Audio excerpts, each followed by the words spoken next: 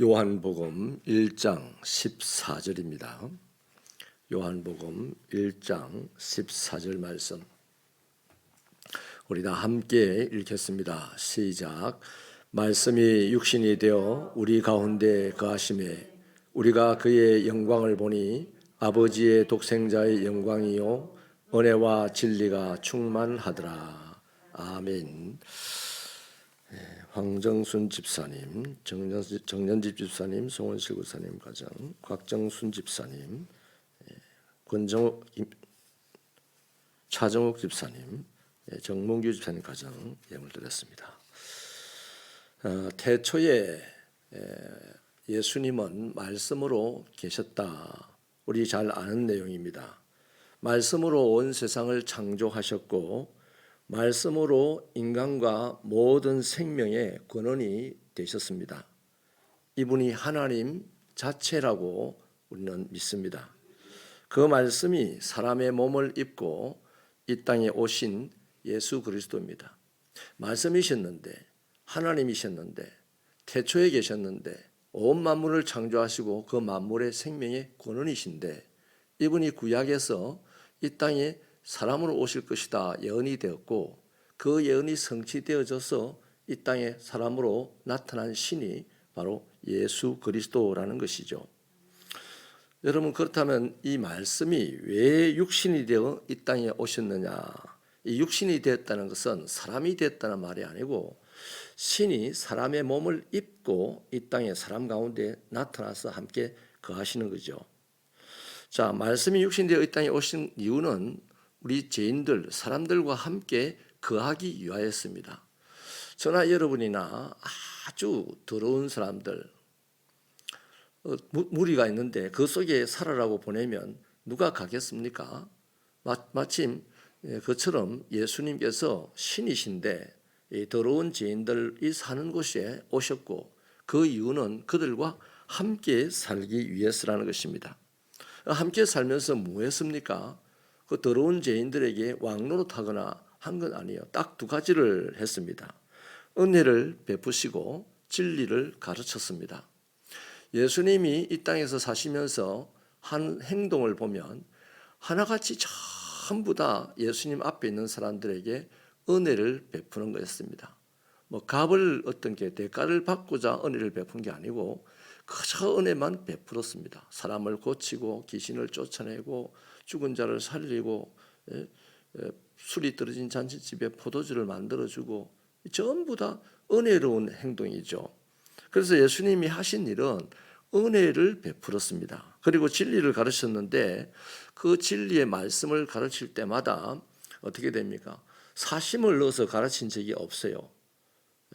그냥 하나님으로 온전한 그 충만한 상태에서 진리를 가르치니 바리새인들이나 서기관이 가르치는 것보다 훨씬 더 완벽했고 완전했고 또 귀신들도 제어하는 능력이 있는 말씀이었습니다. 그래서 예수님이 육신을 입고 이 땅에 오신 이유는 죄인들과 함께 살기 위해서인데 죄인들과 함께 살면서 너는 죄인 나는 의인 이러면서 평가하거나 왕노릇하거나 한 게 아니고 온전히 은혜를 베풀고 진리를 가르치시기 위해서 이 땅에 사셨고 이 땅에 오셨다 하는 얘기입니다. 그러니까 예수님이 하는 모든 일은 은혜였고 진리의 가르침이었습니다. 요한은 그걸 보고서 영광이라고 표현을 한 거예요. 이 요한의 영광이라는 표현은 내가 그 말씀 육신이 되어 이 땅에 온 그분을 보니 하나님의 영광이요 독생자의 영광이다 이 말은요 그냥 객관적인 논문을 쓰듯이 한 표현이 아니고요 기뻐 뛰어 춤을 추면서 표현한 아주 감격적인 표현입니다. 그 영광을 이 은혜만 베푸시고 진리만 가르치는 이 예수에게서 요한은 하나님을 본 겁니다. 사람 예수에게서 어떻게 사람이 은혜만 나누냐? 어떻게 저렇게 진리로 충만하냐? 이 땅에 오신 하나님이구나 이렇게 깨달았다는 거다 이 말이죠. 여기 거한다는 말은 텐트를 친다는 뜻인데 하나님이 임재하셔서 거하시는 모습을 가시적으로 우리에게 보여준 장면이요 출애굽기 광야에서 성막이 완성되었을 때입니다. 그 성막 준공식을 할 때 거기에 구름이 빽빽하게 임하였는데 제사장이 그것에 취해서 비틀거릴 정도였거든요. 그게 우리 눈에 보여준 하나님의 영광입니다. 그러니까 그 하나님께서 이제 구약의 텐트에 머문 게 아니고 그 하나님께서 사람의 몸을 입고 이 땅에 오셨으니 요한같이 신령한 사람은 하나님의 영광을 보지 않을 수가 없다는 겁니다. 그런데 텐트에 구름처럼 빽빽하게 임했을 때는 하나님의 형상은 없었어요. 그래서 사람들이 비틀거리면서 이걸 하나님의 영광이라 했는데 이 신약시대는 예수님이 하나님이 사람의 몸을 입고 우리 옆에 와서 지금 삽니다. 근데 이게 하나님의 영광을 보는 사람도 있고 못 보는 사람도 있단 말이죠. 예수님이 하신 그 일들을 보면서 예수님의 말씀을 보면서 요한 같은 사람은 하나님의 영광을 받고 독생자의 영광을 봤어요. 그래서 너무너무 감격하면서 찬송을 했다 이 말이죠. 자, 그 하나님이 오늘 우리는 이렇게 잘 고백합니다. 하나님은 내 몸을 성전 삼고 영으로 내 안에 계신다. 맞습니까? 자신이 없사는 것 같은데 그 하나님께서요 우리 교회를 세우시고 우리 각자의 삶의 자리에서 우리를 불러내셔서 우리로 하여금 그분의 일을 교회의 이름으로 하게 하고 계십니다. 자, 그렇다면 내 안에 계시는 주님 있고 우리 교회를 지금 운영하시는 주님이 계시다고 우리는 맨날 입을 열어서 말을 하는데 과연 우리는 그분의 영광을 봅니까? 많은 사람이 보는 건 아니에요. 볼 수 있어야만 합니다. 그리스도인은 내 안에 계신 그분의 영광, 교회 위에 역사하시는 그분의 영광을 볼 수 있어야만 합니다. 보는 것이 당연한 거죠. 신약에 요한보다 앞서서 이 하나님의 영광을 본 사람이 있는데요. 그 사람은 오실 메시아를 한없이 기다렸던 사람입니다. 누가복음 2장 25절에 보면 예루살렘에 시몬이라는 사람이 있으니 이 사람은 어렵고 경건하여 이스라엘의 위로를 기다리는 자라 성령이 그 위에 계시더라 이렇게 말합니다. 이분은 메시아가 오시는 것만이 자신과 나라의 위로가 될 것이다 하는 것을 분명하게 인지하고 그렇게 메시아를 기다렸습니다. 이 힘든 세상을 내가 어떻게 살아갈 수 있느냐, 메시아가 오시지 않으면 안 된다 하는 이 간절한 마음으로 하나님께 기도하며 살던 사람이었고 그는 성령의 인도를 받았고 성령의 충만함을 받았습니다. 그래서 어느 날 예수님께서 성전 예식을 위해서 성전에 방문했을 때 이 어린 예수를 보고서 바로 찬송을 합니다. 주의 구원이 왔다. 이스라엘의 영광이다. 이방의 빛을 비추는 분이다. 이스라엘의 영광이다 이러면서 외쳤습니다. 그러면서 이제 제 목숨을 거두어 가도 좋습니다. 여러분, 이렇게 주님의 영광을 본 사람이 있어요. 주님의 영광을 보면 내가 사는 것도 죽는 것도 별 의미가 없어요. 그저 주님의 영광 때문에 좋아가지고 그렇게 찬양을 하는 거죠. 자, 이렇게 모든 사람이 예수님의 영광을 보느냐? 그건 아니란 말이죠. 메시아가 오실 것과 유대 땅 베들레헴에 탄생하실 것을 알고 무던히도 가르쳤던 사두개인들은요, 메시아가 베들레헴에 태어나도 그것을 헤로데에게 가르쳐 줄 줄 알아도 자기들은 찾아가서 경배하지 않습니다. 영접하지 않습니다. 그러니까 그 사람들은 예수만 보고 하나님 아버지의 영광을 못 봤다는 얘기죠. 또 훗날 예수님이 사역을 할 때도 보면 예수를 만지기도 하고 보기도 하고 이후의 기적을 경험하기도 하면서도 독생자의 영광이나 하나님의 영광을 보지 못한 사람들이 대부분입니다. 그 영광을 보지 못하니까 말이 어렵다 하고 다 떠나는 거죠. 부담스럽다 하고 떠나는 거죠. 또 종교 지도자들은 내 이권을 뺏어가는 인간이다 하고 이제 죽이려고 덤벼드는 거죠. 다 한결같이 예수의 삶에서 은혜를 베푸시고 진리를 가르치는 이 예수의 삶에서 하나님의 영광을 보지 못했기 때문입니다. 그래서 그들은 예수를 자신의 그리스도로 영접하지 않았던 겁니다. 여러분, 예수께서요, 이제 정리를 하겠습니다. 예수님이 우리 안에 있다면 내 안에 예수를 바라보시고 그 빛나신 예수님의 영광에 취하기를 바랍니다. 예수님이 우리 교회에 임하셔서 우리 교회를 세우시고 우리를 불러 모으시고 오늘도 주님 오신 날까지 운영해 가신다는 것을 믿으신다면 다른 걸 보려고 하지 말고 예배당에 오거든 예수의 그 영광을 보려고 애를 쓰시기 바랍니다. 보려고 애를 써야 본다는 겁니다. 보려고 애를 써야 성령이 임하게 되고 성령이 충만하게 되고 그 사람이 눈을 제대로 한번 뜨는 순간 그분의 영광을 볼 수 있다는 거죠. 예수님께서는 우리에게 너희는 세상의 빛이다 그렇게 말씀을 하셨습니다. 우리 오늘 이 부분 유념하십시다. 우리는 교회의 빛이 아닙니다. 그래서 우리는 교회 안에서 빛날 이유가 하나도 없어요. 왜 우리가 교회 안에서 빛이 나야 됩니까? 교회 안에서 빛이 나야 될 분은 주님입니다. 교회 안에서 우리가 주님을 바라보면 그 빛나는 주님을 볼 텐데 교회 안에서 빛나는 사람을 바라보니까 빛나는 주님이 안 보이는 겁니다. 이해가 되십니까? 예수님이 세상의 빛이 너희다 이렇게 했어요. 교회의 빛은 누굽니까? 예수님입니다. 우리는 교회에서 모일 때 죽은 자들 곁에서 잠자던 우리의 영혼이 깨어나야 되고 주님이 어떻게 계시고 어떻게 역사하는지를 봐야 되는 겁니다. 그러면 교회의 빛이 되신 주님을 보게 되고 그걸 본 사람은 하나님의 영광을 찬송하게 되는 거예요. 어떻게 저분이 우리 교회, 우리같이 지지분한 교회에 오셔서 운영을 하실까?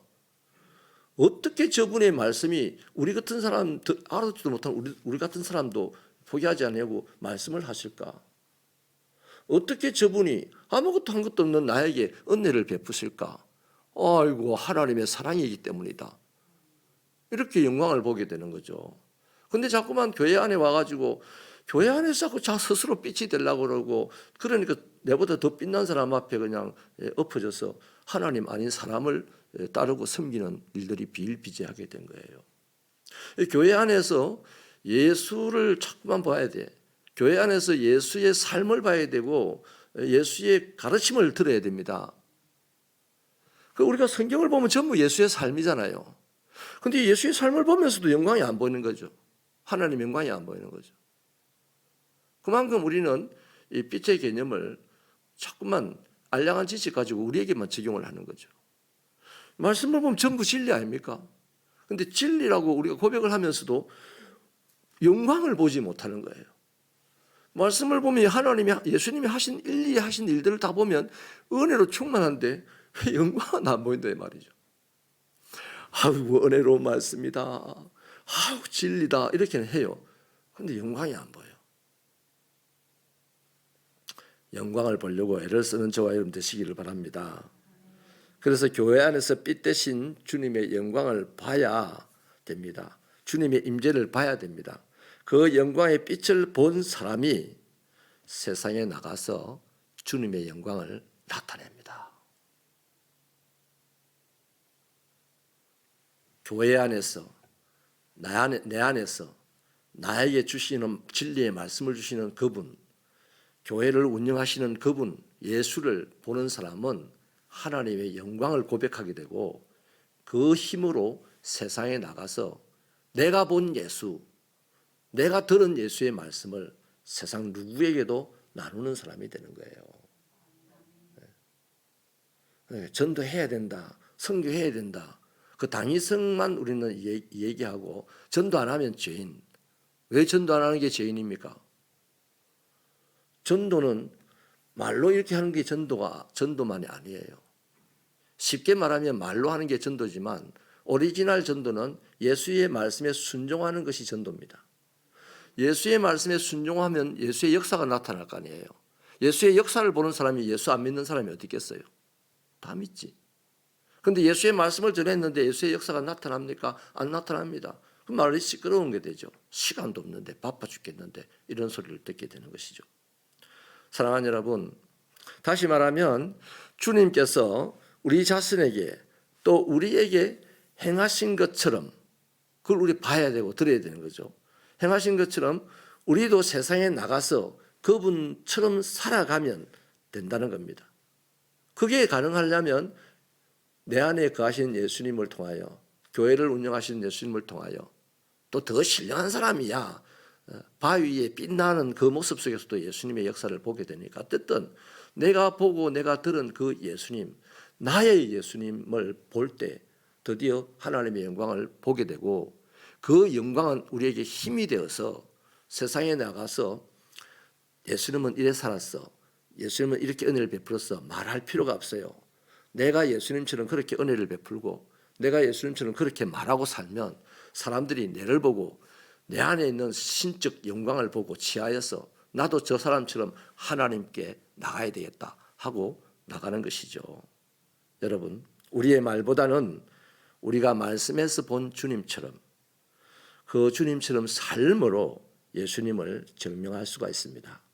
그래서 정리를 하면 예수님을 통하여, 말씀을 통하여 하나님의 영광을 본 사람만이 세상에 나가서 예수를 전합니다. 시끄러운 입이 아니라 부드럽고 조용한 내 몸으로, 내 삶으로 예수를 전하게 됩니다. 이런 축복의 신앙이 되기를 축원합니다.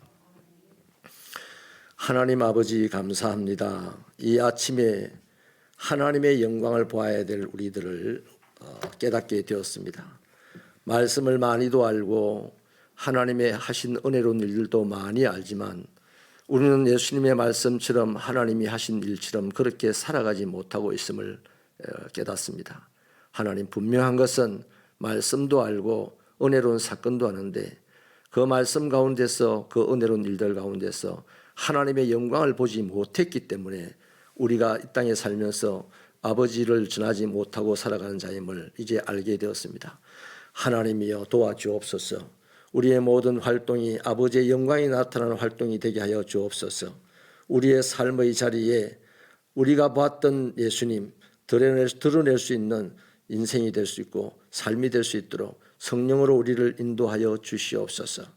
아버지, 하나님의 백성들 중에 다 하나님의 영광을 보는 것이 아니라 구경꾼으로 끝나는 사람도 있고 본 하나님을 전하는 사람도 있는데, 실제로 말씀 가운데 나타나신 이 예수를 우리가 보았사오니 이제 그 말씀 가운데서 하나님의 영광도 고백할 수 있는 우리가 되게 하옵소서. 우리 새벽교회를 이끌어 가시는 여호와 아버지 하나님, 지난 세월을 돌아보면 할 수 없었던 일을 하게 하신 하나님, 무너질 수밖에 없었던 교회를 무너뜨리지 아니하고 굳건하게 세우셨던 하나님, 그 하나님을 보며 영광을 고백할 수 있는 우리가 되게 하여 주시고 그 힘으로 세상을 능히 살아내게 하여 주시옵소서. 예수님 이름으로 기도하옵나이다.